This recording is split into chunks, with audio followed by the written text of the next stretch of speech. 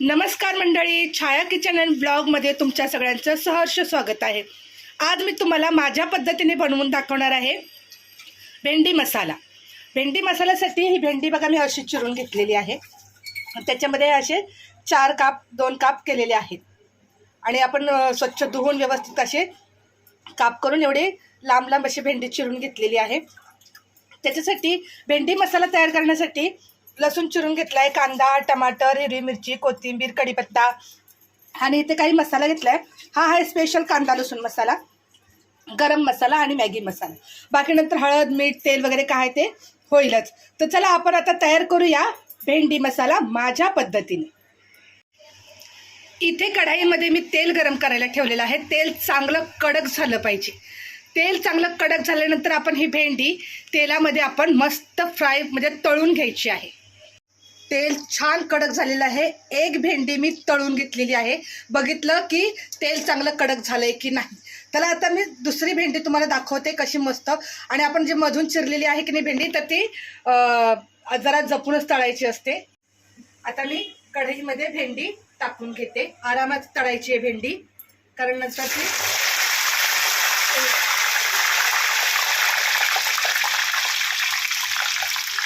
त्याच्यामुळे आरामात भेंडी तळून घ्यायची।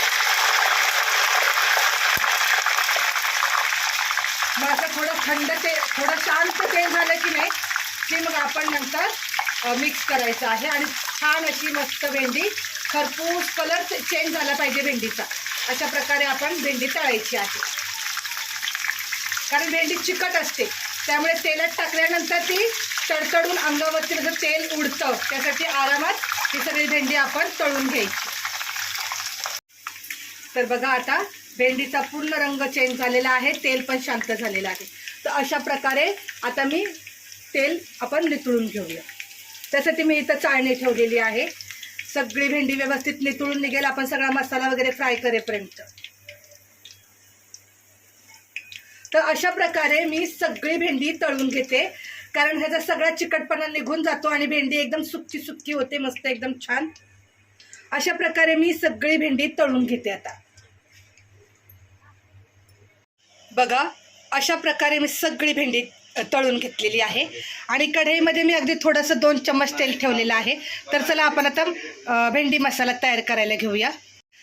तेल ऑलरेडी गरमच आहे, त्याच्यात टाकूया आपण कढीपत्ता। कढीपत्ता असा चांगला तडतडून घ्यायचा। त्याच्यानंतर आपण टाकायचं ह्याच्यात लसूण। लसूण चांगला असा ना मस्त हलका हलका लाल होऊ द्यायचा आहे। लसूण लाल झाला की तुमची भेंडी पण एकदम खायला अतिशय भारी होणार आहे।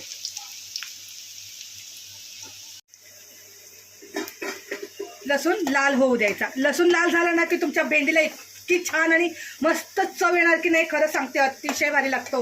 भेंडीतला लसूण तर मला खूप आवडतो खायला खरंच।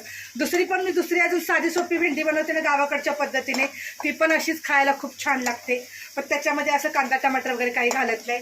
जर तुम्हाला भेंडीमधली अजून कुठली रेसिपी बघायची असेल तर नक्की तुम्ही बघू शकता। बघा कसा मस्त लसूण झालेला आहे लाल एकदम। तर ह्याच्यामध्ये आपण टाकूया आता बारीक चिरलेला कांदा।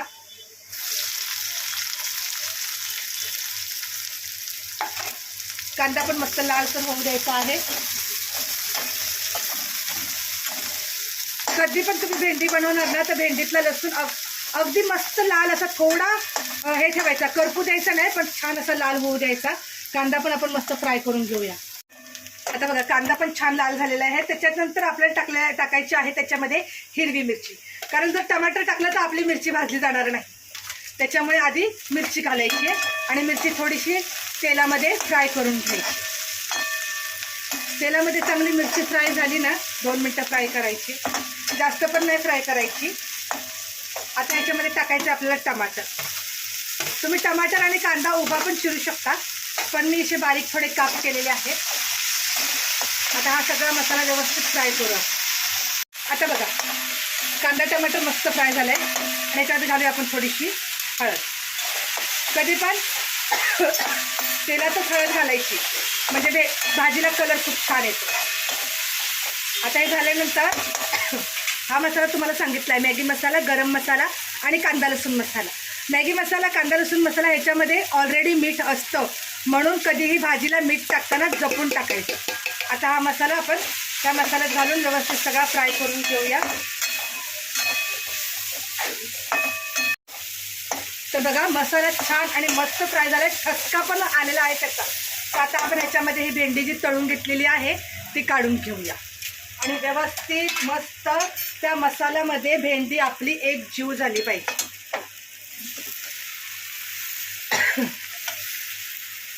इतकी छान लागते ना, सुक्या रोटीसोबत आणि डाळ भातासोबत चपातीसोबत आपण ही भेंडी अशी मस्त खाऊ शकतो.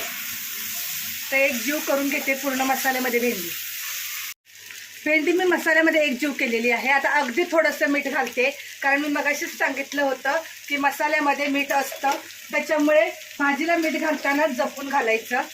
आता हे सगळं मी परत एकदा मिक्स करते. तर अशा प्रकारे झाली बघा आपली मसाला भेंडी तयार, खूप छान आणि मस्त. तर आता तुम्हाला मी ताट भरून दाखवते की घरात काय काय जेवण बनवलेलं आहे मी ते. आता ही झाली बघा आपली भेंडी मसाला तयार. आता मी गॅस बंद करून घेते. तर बघा अशा प्रकारे ही आपली भेंडी मसाला तयार झालेली आहे. तर ह्याच्यावर मी घालते थोडीशी कोथिंबीर. भेंडी मसाला याची रेसिपी तुम्हाला कशी वाटली मला कमेंट बॉक्समध्ये नक्की सांगा. तर आज माझ्या घरी जेवण बनलेलं आहे बघा, मटकीची उसळ, चपाती, हा भात बनवलेला आहे, म्हणजे फ्राईड राईस, व्हेजिटेबल आणि सोयाबीन फ्राय केलेलं आहे. अजून पनीर येणार आहे, त्याच्यामुळे पनीर अजून काही मी फ्राय केलेलं नाही आहे. तर मला एका ताईने कमेंट केली होती की तुम्ही चपाती नाही का बनवत, तर मी चपातीसुद्धा बनवते ताई, ज्वारीची भाकरीसुद्धा बनवते. भेंडी मसाला याची रेसिपी आवडली तर नक्की लाईक करा, शेअर करा, सबस्क्राईब करायला विसरू नका बरं का.